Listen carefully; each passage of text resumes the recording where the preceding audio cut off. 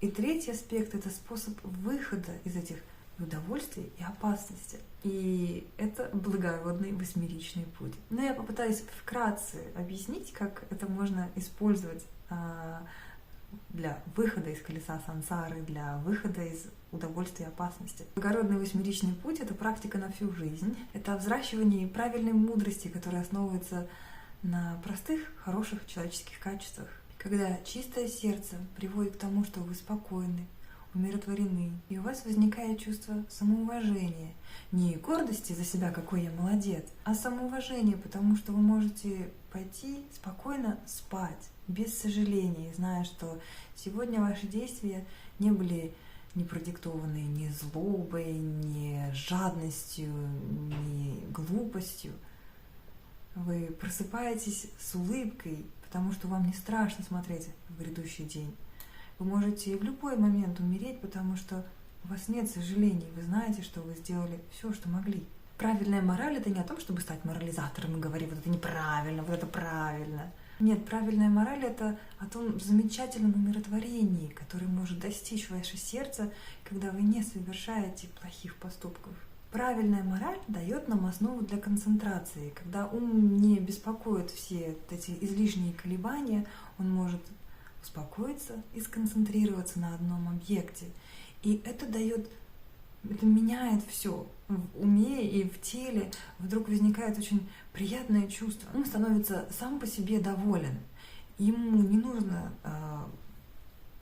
подпитываться внешними какими-то факторами, ему нужно смотреть, ему не нужно думать. Он может в тишине просто находиться в очень радостном состоянии. Может быть, вы знаете, да, когда мне делали операцию по собиранию моих косточек в запястье, мне выписали опиоидные болеутоляющие. Мне очень хотелось разобраться, потому что в Америке, как вы знаете, может быть, эпидемия опиоидной зависимости, и мне хотелось понять, как эти опиоиды работают, что в них такого, что целая страна на них помешана. И с удивлением я обнаружила, что эти опиоиды делают. Они убирают все лишнее из ума, оставляя его достаточно спокойным, что делает его радостным.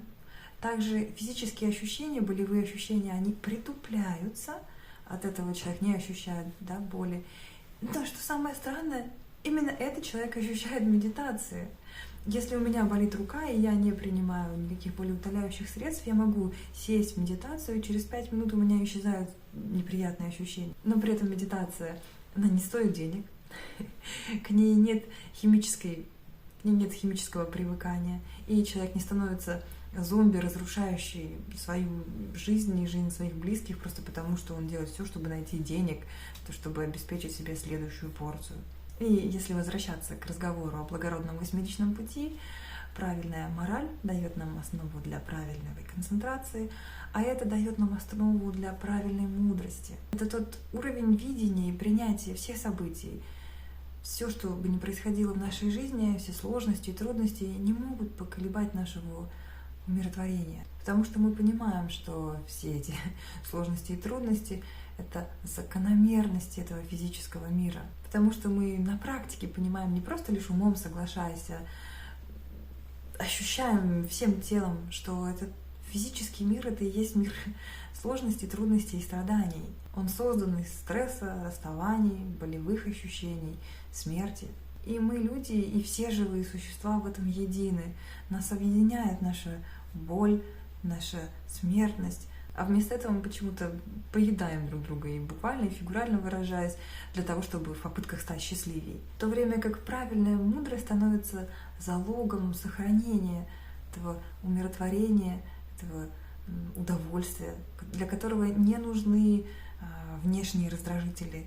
То есть мы, если вспомним, как мы изначально к этому пришли, да, что мы совсем расстанемся, мы все потеряем, мы умрем и так далее, все звучит очень депрессивно, все звучит очень грустно и тяжело, но эффект от принятия этой истины, он совершенно противоположен. Начинаешь больше ценить, быть внимательнее, относиться с благодарностью, и это становится залогом счастливой жизни. И такой человек больше не ощущает себя жертвой чувствительности, жертвой этого мира, наоборот, вышедшим за пределы этих страданий.